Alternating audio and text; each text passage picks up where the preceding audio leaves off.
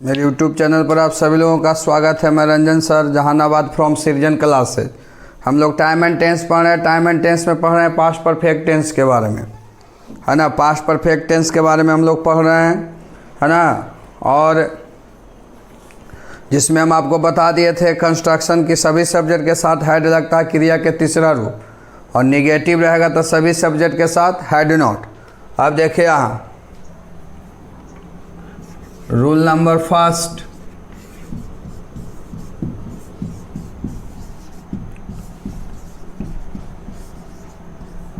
जब कोई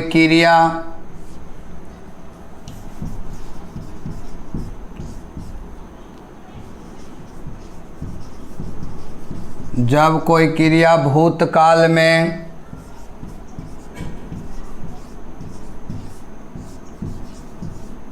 पूरी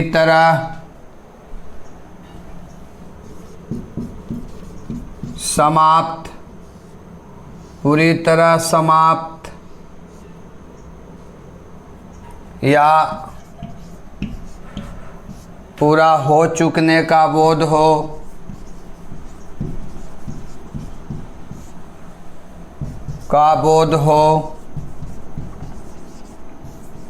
तब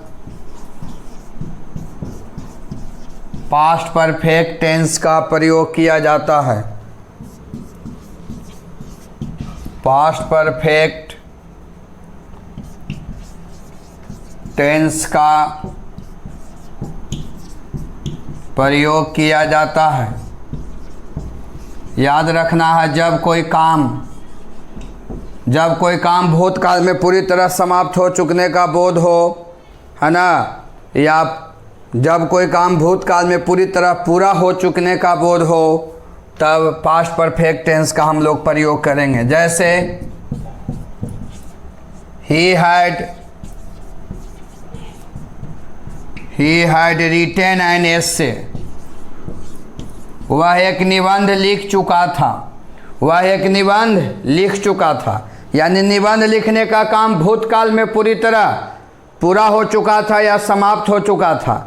अब पास्ट परफेक्ट टेंस में सभी सब्जेक्ट के साथ हैड लगता है और क्रिया के तीसरा रूप। देखिए हैड है, क्रिया के तीसरा रूप है। जैसे they had completed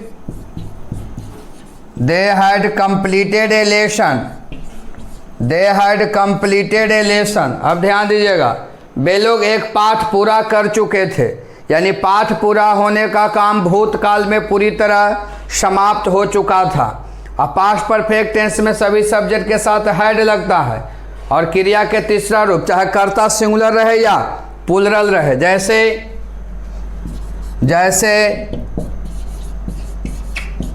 जैसे Mohit had played cricket, Mohit cricket खेल चुका था।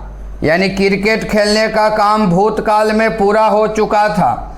ध्यान दीजिएगा, मोहित क्रिकेट खेल चुका था, यानी क्रिकेट खेलने का काम भूतकाल में पूरा हो चुका था।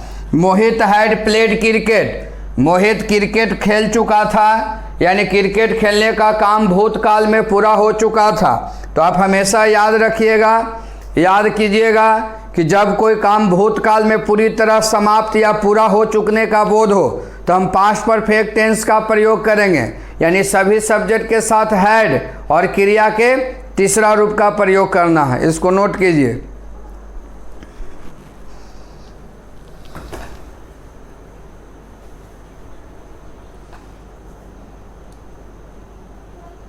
तो देखिए रूल नंबर 2 सीखेंगे।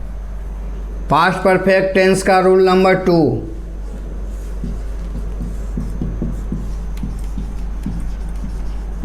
डबल सेंटेंस यानी दो वाक्य। डबल सेंटेंस में पास्ट परफेक्ट डबल सेंटेंस में पास्ट परफेक्ट टेंस का प्रयोग किया जाता है। आप हमेशा याद रखिएगा, डबल सेंटेंस में भी पास्ट परफेक्ट टेंस का प्रयोग किया जाता है। टेंस में ये चीज़ को बतलाए होंगे, जैसे मुझे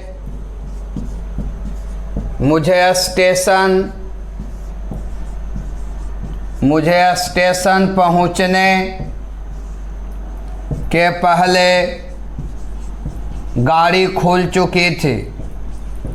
इस समझने के लिए आपको हिंदी में एग्जाम्पल दे रहे हैं।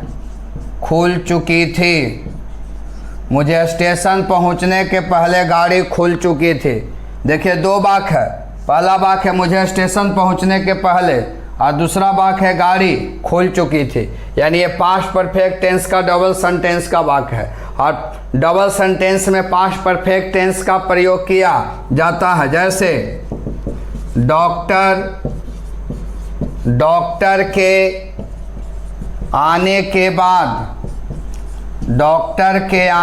बाद रोगी मर चुका था। डॉक्टर के आने के बाद रोगी मर चुका था। देखिए दो वाक्य है। पहला वाक्य है डॉक्टर के आने के बाद, और दूसरा वाक्य है रोगी मर चुका था। यानी ये पास्ट परफेक्ट टेंस का डबल सेंटेंस का वाक्य है, और डबल सेंटेंस में पास्ट परफेक्ट टेंस का प्रयोग किया जाता है ना। तो जो घटना पहले होता है, जो काम पहले होता है, उस वाक्य को हम लोग शुरू में लिखते हैं, पास्ट परफेक्ट टेंस के नियम से बनाते हैं। तो स्टेशन पहुंचने के पहले कौन घटना घट गया? घटना का मतलब काम, जो काम पहले होगा उस वाक्य को शुरू में आप पास्ट परफेक्ट टेंस के नियम से बनाएंगे। तो मुझे स्टेशन पहुंचने के पहले कौन काम हो गया? गाड़ी खुल चुकी थी। तो जो काम पहले होगा, जो घटना पहले घटेगा, उस वाक्य को हम शुरू में लिखेंगे। तो पहला घटना घट रहा, पहला काम हो रहा है, गाड़ी खुल चुकी थी, और उसको पास्ट परफेक्ट टेंस के नियम से बनाएंगे। तो लिखेंगे the train had started before the. अब बाद वाले काम को, है ना, बाद वाले काम को हम लोग पास्ट इंडेफिनिट टेंस के नियम से बनाएंगे। यानी सभी सब्जेक्ट के साथ क्रिया के दूसरा रूप। तब बाद वाला यही काम ना हुआ जी मुझे स्टेशन पहुंचना, तो इसको बनाएंगे पास्ट इंडेफिनिट टेंस के नियम से, यानी सभी सब्जेक्ट के साथ क्रिया के दूसरा रूप। तो आई रीच्ड द स्टेशन। तो याद रखिएगा कि डबल सेंटेंस में भी पास्ट परफेक्ट टेंस का प्रयोग किया जाता है ना। जब भूतकाल में दो घटना की चर्चा हो, तो वाक्य बनाने से पहले जो काम पहले होगा उस वाक्य को शुरू में लिखेंगे, और उसे पास्ट परफेक्ट टेंस के नियम से बनाएंगे, और जो काम बाद में होगा उसको अंत में लिखेंगे, पास्ट इंडेफिनिट टेंस के नियम से बनाएंगे। यानी सभी सब्जेक्ट के साथ क्रिया के दूसरा रूप। अब देखिए डॉक्टर के आने के बाद रोगी मर चुका था, है ना। डॉक्टर के आने के बाद रोगी मर चुका था, है ना। तो लिखेंगे यहाँ the doctor came after the patient had died. अब देखिए डबल सेंटेंस है, और डबल सेंटेंस में देखो पास्ट परफेक्ट टेंस का प्रयोग हुआ है। ऊपर वाला वाक्य में भी डबल सेंटेंस है, और डबल सेंटेंस में देखिए पास्ट परफेक्ट टेंस का प्रयोग किया गया है। तो आप हमेशा याद रखिएगा कि डबल सेंटेंस में पास्ट परफेक्ट टेंस का प्रयोग किया जाता है। इसको नोट कीजिए तो बताते हैं।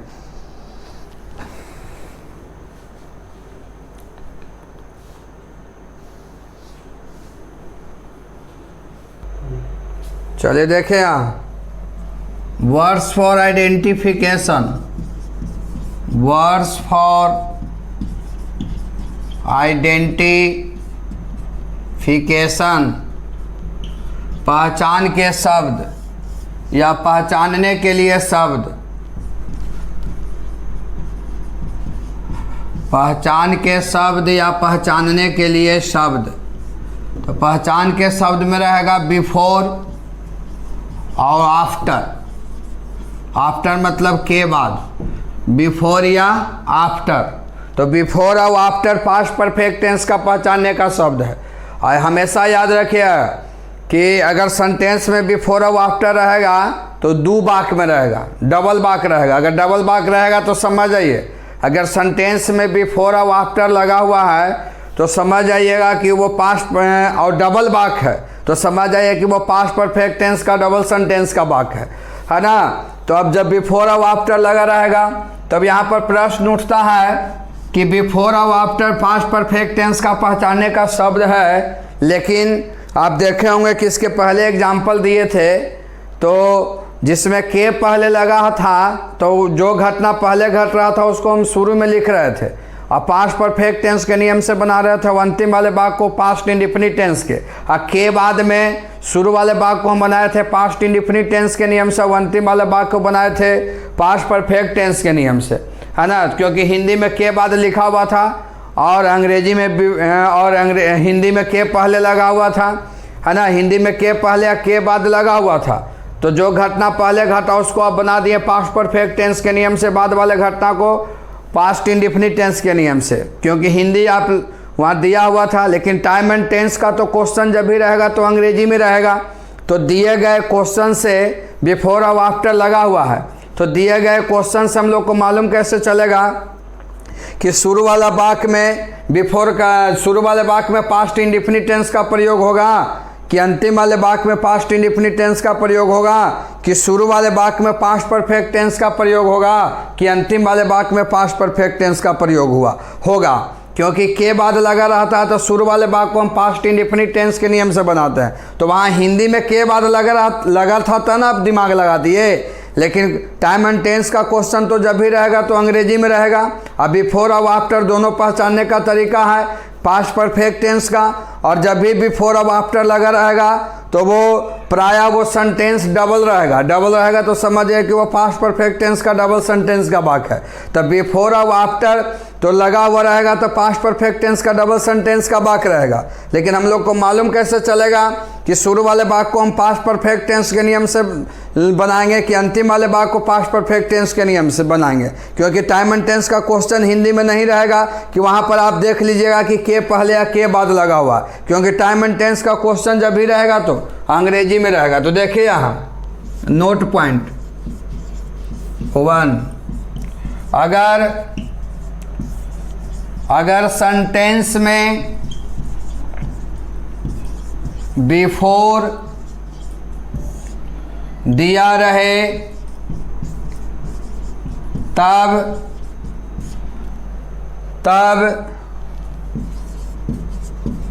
तब शुरू वाले वाक्य को पास्ट परफेक्ट टेंस के नियम से बनाएंगे। शुरू वाले वाक्य को पास्ट परफेक्ट टेंस के नियम से बनाया जाता है और अंतिम वाले वाक्य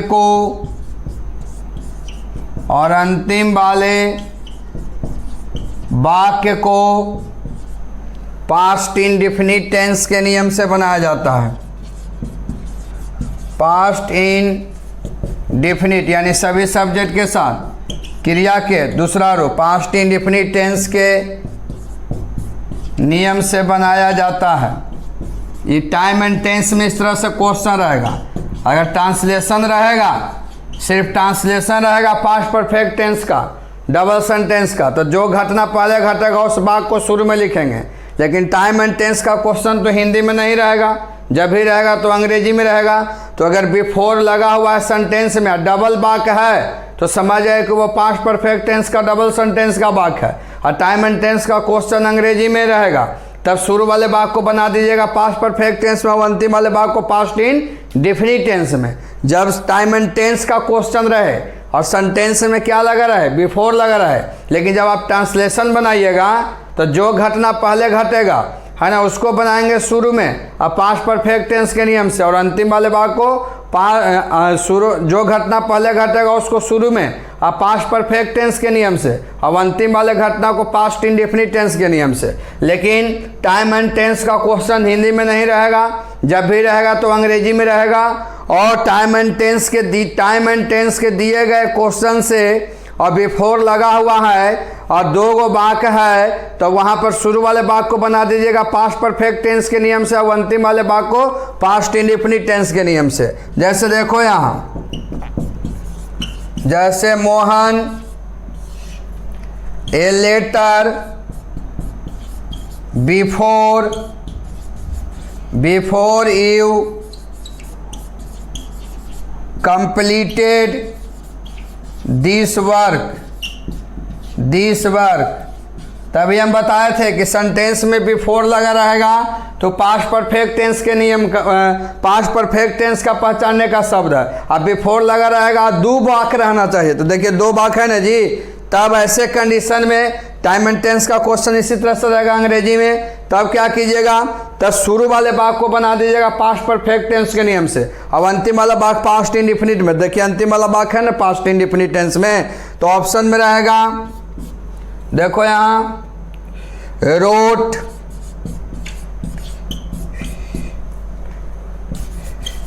has written, she had retain,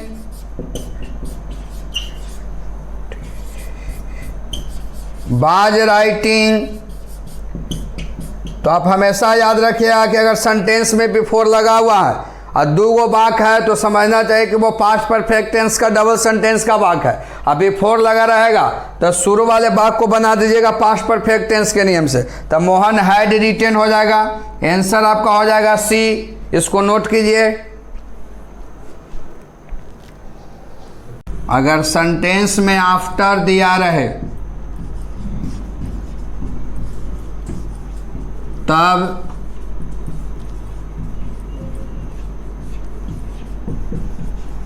शुरू वाले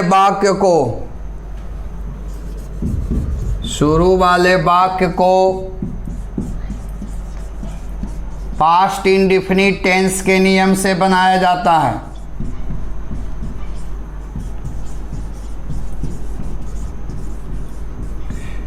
नियम से बनाया जाता है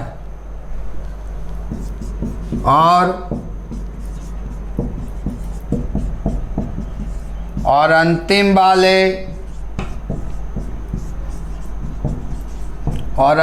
वाले वाक्य में पास्ट परफेक्ट टेंस का प्रयोग किया जाता है। तो याद रखिएगा, बिफोर और आफ्टर दोनों पास्ट परफेक्ट टेंस का पहचानने का शब्द है, लेकिन हम लोग को मालूम कैसे चलेगा कि वो पास्ट परफेक्ट टेंस का डबल सेंटेंस का वाक है ना। बिफोर और आफ्टर पास्ट परफेक्ट टेंस का पहचानने का जरूर शब्द है, लेकिन वाक के गो रहना चाहिए, दो गो रहना चाहिए। और दो गो वाक है और बिफोर और आफ्टर लगा हुआ है, तो आफ्टर लगा रहेगा तो शुरू वाले वाक को पास्ट इंडेफिनिट से बनाइएगा और अंतिम वाले वाक को पास्ट परफेक्ट टेंस के नियम से, है ना। और पास्ट परफेक्ट टेंस का पहचानने का शब्द बिफोर और आफ्टर है, और बिफोर और आफ्टर पास्ट परफेक्ट टेंस का डबल सेंटेंस का पहचानने का शब्द है ना। जब भी रहेगा तब वाक्य के गो रहेगा, डबल रहेगा, दो गो रहेगा। अब बिफोर लगा रहेगा तो शुरू वाले वाक को पास्ट परफेक्ट से बनाइएगा, अंतिम वाले वाक को पास्ट इंडेफिनिट। अब आफ्टर रहेगा तो शुरू वाले वाक को पास्ट इंडेफिनिट, यानी सभी सब्जेक्ट के साथ क्रिया के दूसरा रूप। अब देखो यहाँ, जैसे Radha on the stage after Ganesh had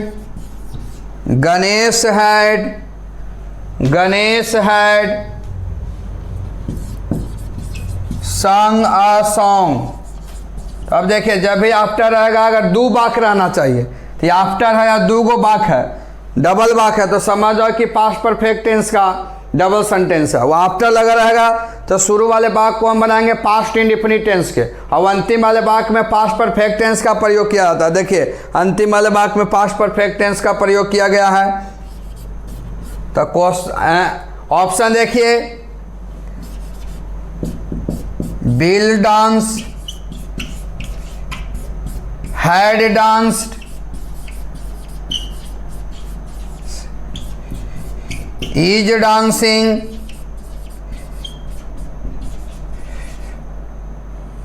और डी डांस्ड। तो देखो यहाँ तो आफ्टर लगा रहेगा तो शुरू वाले वाक्य को बनाइएगा पास्ट इंडिफिनिट टेंस के नियम से। तो हैड पास्ट परफेक्ट टेंस का है, इज प्रेजेंट कंटिन्यूअस, तो डांस नहीं ना होगा, है ना। पास्ट इंडिफिनिट में सभी सब्जेक्ट के साथ V2 लगता है ना। तो इसको नोट कर लीजिए।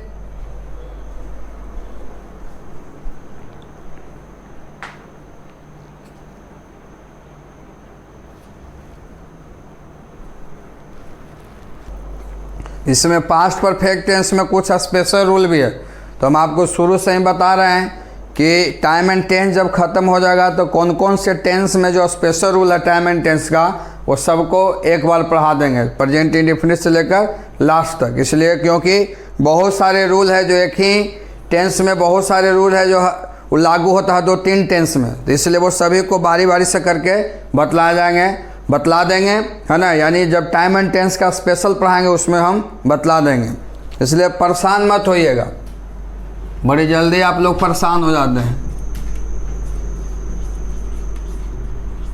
पास्ट परफेक्ट कंटिन्यूअस टेंस,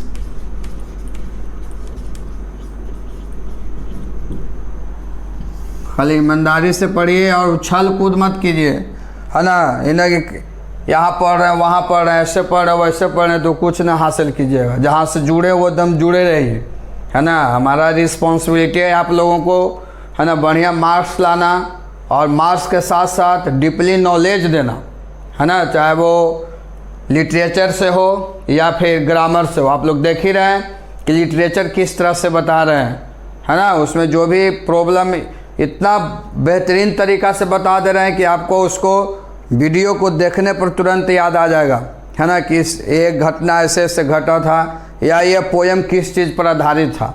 सिर्फ आप लोग कड़ी मेहनत कीजिए, है ना, और ये सिलेबस आराम से ख़त्म हो जाएगा। ऐसा कोई पहले 150 नंबर के था तो हम लोग के ऊपर कोई टेंशन नहीं था, अब तो आपका 100 नंबर का अंग्रेजी हो गया। इसलिए जैसे जैसे कहते हैं सिर्फ फॉलो करना है, घबराने की बात नहीं है ना। जैसे लॉकडाउन ख़त्म होगा फिर तो क्लास में, है ना, धुआंधार तरीक़ा से पढ़ाई होगा, है ना, इससे भी बेहतरीन तरीक़ा से होगा, है ना। इसलिए आप लोग धैर्य बना कर रहें, है ना। ईश्वर से प्रार्थना कीजिए कि जो ये आफत आए वो ख़त्म हो जाए, समाप्त हो जाए, और फिर हम लोग अपना काम शुरू करें ऑफलाइन में। इसलिए परेशान होने की ज़रूरत नहीं है, आराम से समाप्त हो जाएगा। सिर्फ आप लोग बने रहिए, सभी लोगों को बतलाइए, है ना। एक एक व्यक्ति को बताना है, एक स्टूडेंट को बताना है कि पढ़ाई हो रहा है, सहयोग कीजिए। अब देखिए आप past perfect continuous tense, an action means काम, an action that was going to continue, an action that was going to continue at past, an action that was going to continue at past, जिससे किसी काम को भूतकाल में लगातार जारी या चालू रहने का बोध हो। इसका कंस्ट्रक्शन है रे बाबू, जिसे आप स्ट्रक्चर भी कहते हैं, पैटर्न भी कहते हैं। तो सब्जेक्ट और सभी सब्जेक्ट के साथ हैड बीन लगता है, चाहे कर्ता सिंगुलर रहे या प्लूरल रहे, plus V4 plus object plus other words plus for या सिंस प्लस टाइम, यही इसका बनाने का नियम है। जब पास्ट परफेक्ट कंटिन्यूअस टेंस का वाक्य रहेगा तो सभी सब्जेक्ट के साथ हैड भी रहेगा, V4 object plus other words, for या सिंस प्लस टाइम। ये आपको हम प्रेजेंट परफेक्ट कंटिन्यूअस टेंस में ही पढ़ाएं, फॉर और सिंस। प्रीपोजिशन में भी पढ़ाए हैं कि फॉर का प्रयोग अनिश्चित समय के लिए और सिंस का प्रयोग निश्चित समय के लिए, है ना। देखो यहाँ सभी सब्जेक्ट के साथ, सभी सब्जेक्ट के साथ हैड बीन लगेगा, चाहे हमारा कर्ता सिंगुलर रहे, एक वचन रहे या बहुवचन रहे, सभी सब्जेक्ट के साथ हैड बीन। निगेटिव रहेगा तो सभी सब्जेक्ट के साथ हैड नॉट बीन का प्रयोग होगा। फॉर का प्रयोग अनिश्चित समय के लिए और सिंस का प्रयोग निश्चित समय के लिए। इसको नोट कीजिए।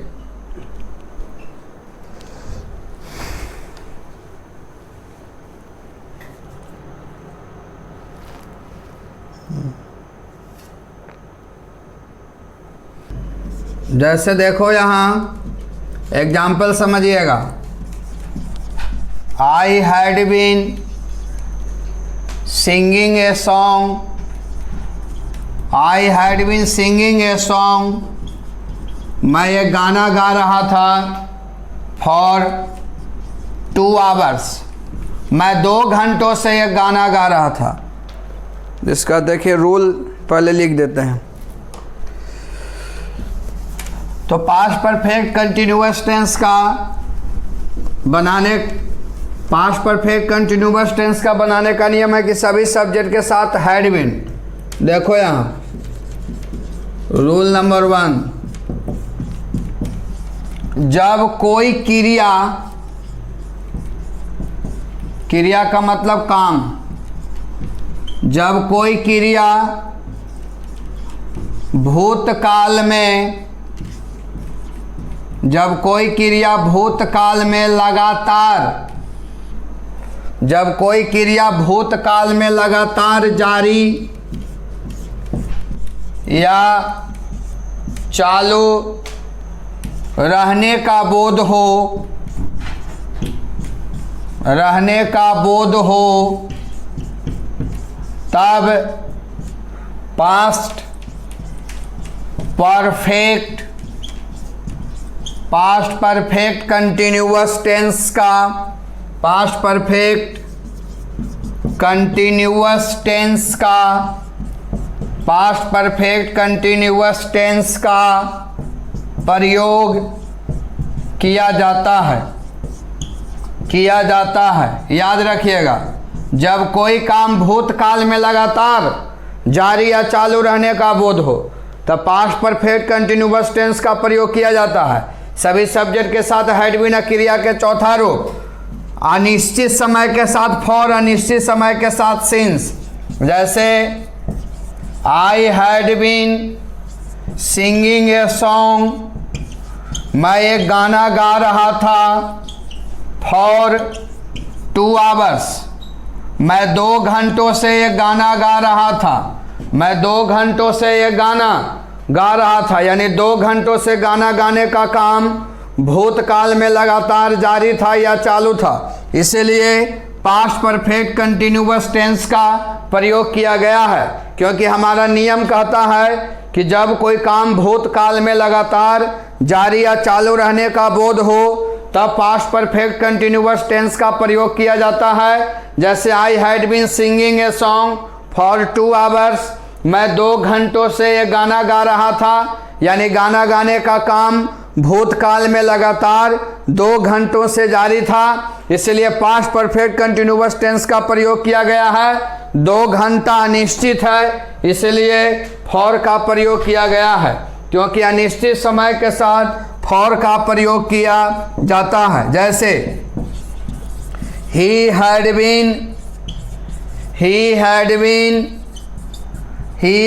been writing a story, वह एक कहानी लिख रहा था since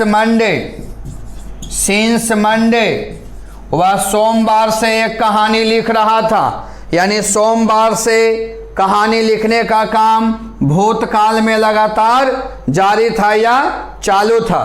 और देखिए सोमवार निश्चित समय है, इसीलिए सिंस का प्रयोग किया गया है।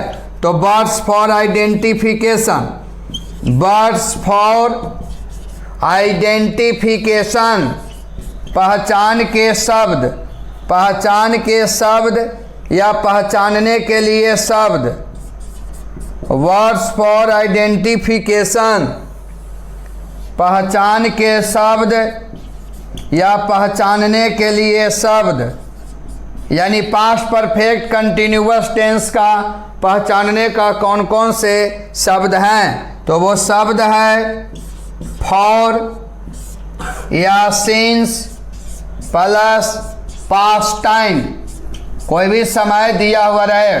अब देखो यहाँ यही चीज़ को हम बताए थे, है ना, यही चीज़ को हम बताए थे past perfect continuous present perfect continuous tense में। अब देखो यहाँ फॉर या सिंस एक ऐसा शब्द है जो पहचानने का तरीका है प्रेजेंट परफेक्ट कंटिन्यूअस टेंस का भी और पास्ट परफेक्ट कंटिन्यूअस टेंस का, क्योंकि फॉर या since present perfect continuous tense में भी लगता है और पास्ट परफेक्ट कंटिन्यूअस टेंस में भी लगता है फॉर या सिंस। इसीलिए अगर टाइम एंड टेंस का क्वेश्चन दिया हुआ रहे और फॉर या सिंस रहे, है ना, और ऑप्शन दिया हुआ रहे, है ना, प्रेजेंट परफेक्ट कंटिन्यूअस में या पास्ट परफेक्ट कंटिन्यूअस में, दोनों में से किसी में भी हम आंसर दे सकते हैं, है ना, क्योंकि फॉर या सिंस प्रेजेंट परफेक्ट कंटिन्यूअस तथा पास्ट परफेक्ट कंटिन्यूअस दोनों का पहचानने का शब्द है। इसलिए फॉर और सिंस लगा रहे तो ऐसे प्रश्नों का उत्तर आप प्रेजेंट परफेक्ट कंटिन्यूअस में भी दे सकते हैं या पास्ट परफेक्ट कंटिन्यूअस टेंस में भी दे सकते हैं, क्योंकि दोनों टेंस का पहचानने का शब्द एक है। और वो शब्द कौन है? फॉर और सिंस। फॉर और सिंस एक ऐसा शब्द है जो प्रेजेंट परफेक्ट कंटिन्यूअस टेंस में भी लगता है और पास्ट परफेक्ट कंटिन्यूअस टेंस में भी लगता है। इसीलिए फॉर और सिंस जब सेंटेंस में दिया रहे तो ऐसे प्रश्नों का उत्तर हम प्रेजेंट परफेक्ट कंटिन्यूअस टेंस में भी दे सकते हैं या पास्ट परफेक्ट कंटिन्यूअस टेंस में भी दे सकते हैं, क्योंकि दोनों टेंस का पहचानने का शब्द फॉर और सिंस होता है। दोनों टेंस का पहचानने का शब्द एक ही होता है और वो शब्द कौन है? फॉर और सिंस है। नोट कीजिए इसको।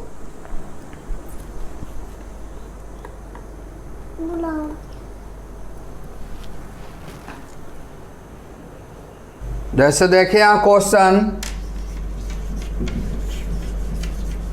जैसे Shyam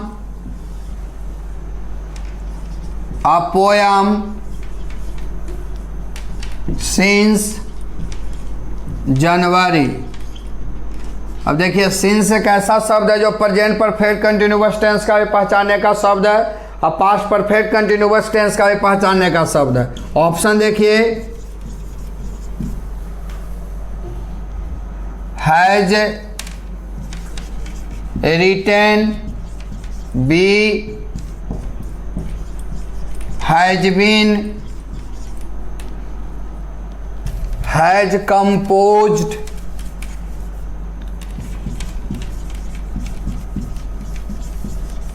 has composed, has been composing,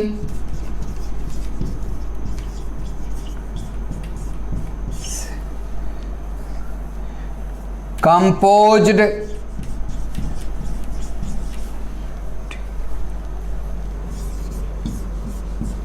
is composing, is composing। तो देखिए यहाँ सिंस है जो फॉर, सिंस और फॉर दोनों पर ऐसा शब्द है जो प्रेजेंट परफेक्ट कंटिन्यूअस टेंस का पहचानने का शब्द है और पास्ट परफेक्ट कंटिन्यूअस टेंस का पहचानने का शब्द है। तो प्रेजेंट परफेक्ट कंटिन्यूअस से रिलेटेड ही ऑप्शन होगा। श्याम के साथ हैज बीन लगेगा तो आंसर हो जाएगा आपका बी। अब देखिए यहाँ क्वेश्चन, जैसे दे ए devotional song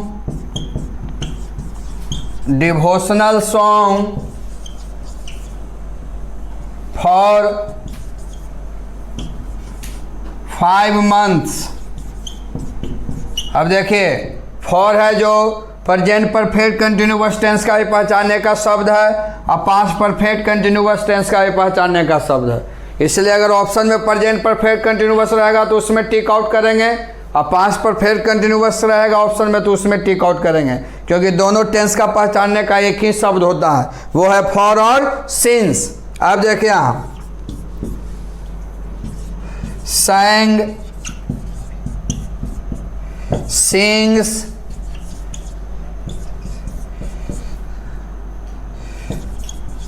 were singing, were singing,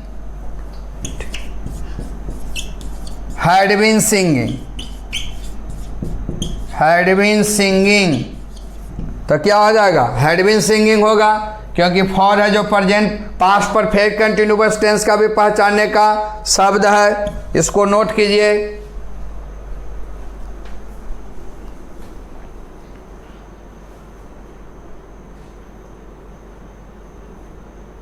देखिए क्वेश्चन ऐसे भी आ जाएगा बाबू, जैसे be cricket for 2 years, 2 years। देखिए फॉर आ गया। फॉर एक ऐसा शब्द है जो प्रेजेंट परफेक्ट कंटिन्यूअस टेंस का ही पहचानने का शब्द है और पास्ट परफेक्ट कंटिन्यूअस टेंस का ही पहचानने का शब्द है। ऑप्शन में देखिए played,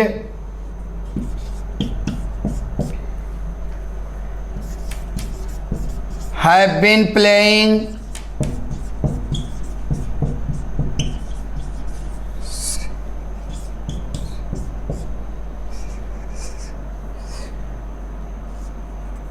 had been playing,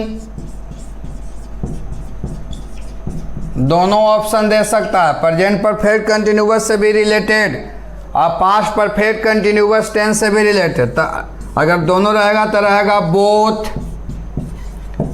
B and सी, इस तरह से पूछ देगा।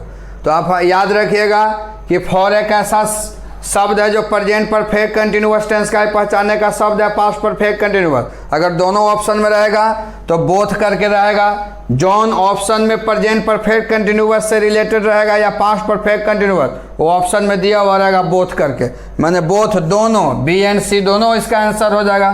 तो आंसर हो जाएगा D, both B and C.